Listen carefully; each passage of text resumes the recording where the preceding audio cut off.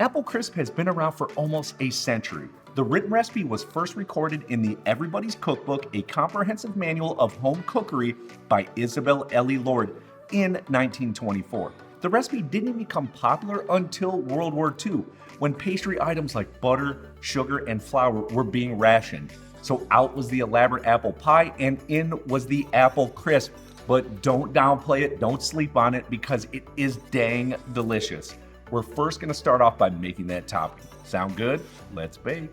All right, Comies, in a medium-sized bowl, we're going to add in 1 cup or 130 grams of all-purpose flour. Next, 1 cup or 216 grams of packed light brown sugar, 1 cup or 100 grams of rolled oats. Then for a little spice, 1.5 teaspoons or 5 grams of ground cinnamon, then a half teaspoon or 3 grams of sea salt, then 1 stick or 113 grams of unsalted butter.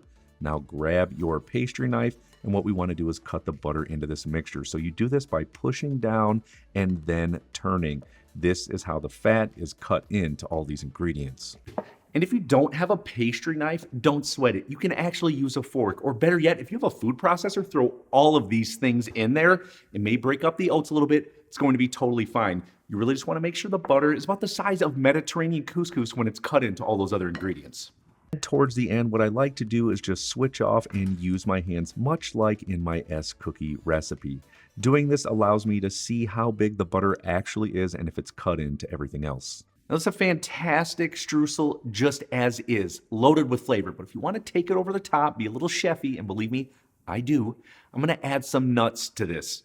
Now, you can use walnuts, pecans, or almonds, but I feel like walnuts, they are just so good and complement apples so perfectly. So we're just going to fold these in. So I'm going to add in a half cup or 50 grams of finely chopped walnuts. Use a rubber spatula or a spoon to fold all the ingredients together. Now what I'm going to do is I'm going to pop it in the freezer while I prepare the apples to make sure the butter doesn't melt and that the streusel stays nice and cold. Now for the apples, I personally like a combination of Granny Smith and Fuji. It's a perfect balance of tart and sweet. Now some people just swear by Granny Smith. They love that tart. For me, I think the balance of flavors is a little bit better with the combination. Now some other great apples you could use are Macintosh, Braeburn, Gala, Honeycrisp, Golden Delicious, or Pink Ladies. All we're gonna do is peel these, core these, and slice them up. I've got 4 each medium to large size Granny Smith and Fuji apples. So using a peeler, or if you wanna hone those knife skills, grab a paring knife and completely peel these apples, both the Granny Smith and the Fuji. Once they are peeled, we're just going to slice them in half and then slice off the ends of each of the half apple. Now, using a corer or even just a melon baller, scoop out the inside. We want to preserve as much of this apple as possible. I usually just collect it all into a little container that I throw away later. All right, then what we're going to do is slice each half in half again, and then slice it into 1/2 inch thick slices. We keep them this thick so that the apples don't break down and turn to mush when we're cooking them. And plus, I like a little bit bigger apple anyways. Okay, once they are completely sliced, at this point, all we're going to do is transfer all of them into a very large bowl. And for a little quick pro chef tip, maybe you want to make this ahead of time, or maybe you just have apples for another recipe.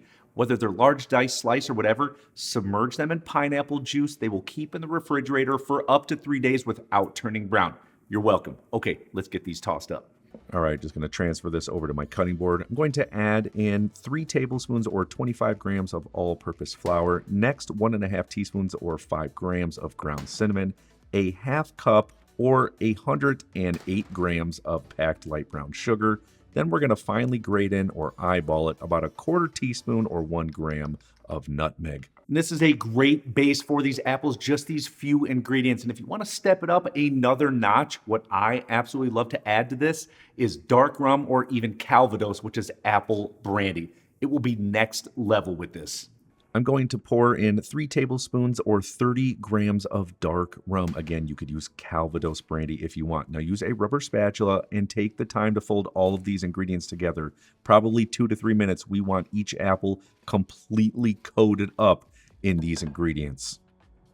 Now, I'm not going to do this, but if you wanted to take this over the top again, you could add in a cup of currants or maybe a cup of golden or regular raisins or even a cup of dried cherries. I don't think it needs it, but if you want it, feel free to add it. All right, let's get this in our dish. You can use a deep 8x12 or a regular 13x9 casserole dish. Add the apples right in there. Now, the reason I like to use a thick 8x12 dish is because the apple streusel gets nice and thick. What's the best part of any dessert? It's always the crust, and it's the same thing with this goodness. All right, grab the streusel from the freezer and evenly sprinkle it all over the top. You can see I got that nice top layer on there. Then pat it down, make it as flat as possible with your hands. You don't have to pack it in that much. Then we're going into the oven at 350 degrees Fahrenheit or 175 degrees Celsius. It's going to take in between 45 and 55 minutes for this to finish cooking. So one thing that I know is I've got some time while this is in the oven. The other thing I know, vanilla ice cream goes insanely delicious with apple crisp. It's like the perfect pair. And well, I kind of got a new ice cream maker, so let's try it out. So I've got 2 vanilla bean pods here. We need to slice them in half. So using a paring knife or any small thinner knife, just slice them in half to expose all those good beans in there. Transfer the pods over to a medium-sized sauce pot. Next, we're going to add in 3 cups or 710 milliliters of heavy whipping cream, then 1 cup or 236 milliliters of whole milk, then 1 cup or 116 grams of granulated sugar.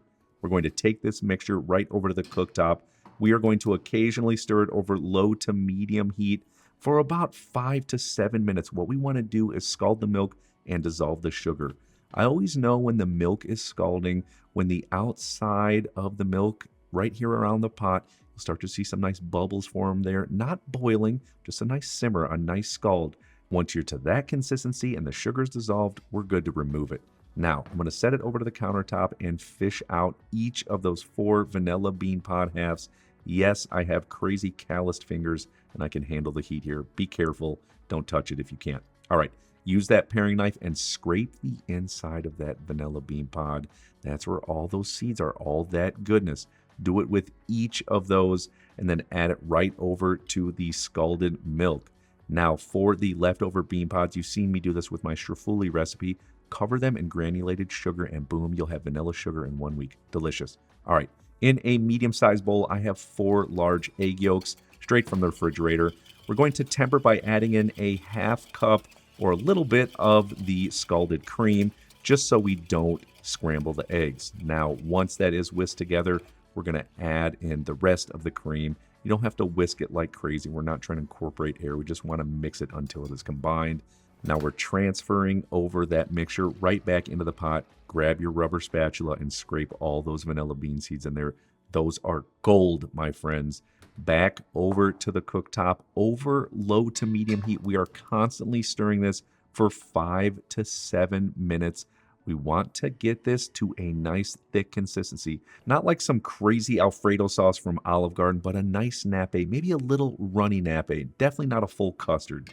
I always say when you can coat the back of the spoon just like this is fantastic. It's a little bit runny, like I said. I'm going to run my finger through. It doesn't go through that little area.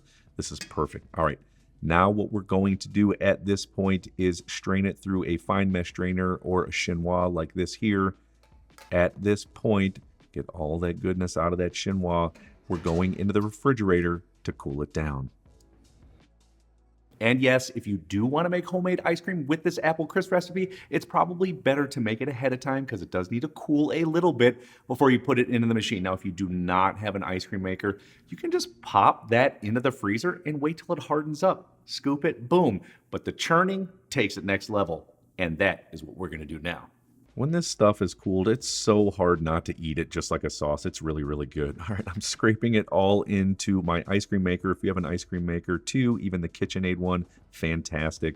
What we're going to do here is churn all of this. So I'm going to turn it on for about 20 to 30 minutes. This one moves pretty quick. It's got the compressor already in there. And then honestly, after 15 to 20 minutes, you start to have ice cream. This is amazing. I definitely see a lot of recipes using this in my future. The apple crisp is finished. It's perfectly golden brown on top. Got those nice little caramelized edges around the outside. So good. The ice cream, what more can you say? Homemade vanilla bean ice cream. Boom. Okay, one more thing, I think. How about some caramel? I've got a great recipe on my website at billyparisi.com for homemade caramel. Very easy to do, comes together in a couple of minutes. You've also seen me do it a million times in some of my other recipe videos. Then, let's plate this up. Grab a massive, I mean a massive scoop of this apple crisp. You can serve it up on a plate or in a small bowl. Then don't forget about that vanilla bean ice cream. Yes, a big old scoop. And then top off with some of that delicious homemade caramel. So, so good. This is definitely one of the easier, tastier desserts out there. And hey, sometimes in the middle of diet season, you need a little sweet fix, and this will absolutely solve that for you. It's always about those techniques. And if you love this, I'm telling you what, you will absolutely love my bread pudding recipe. It is amazing. I've got an awesome recipe video. See you on there.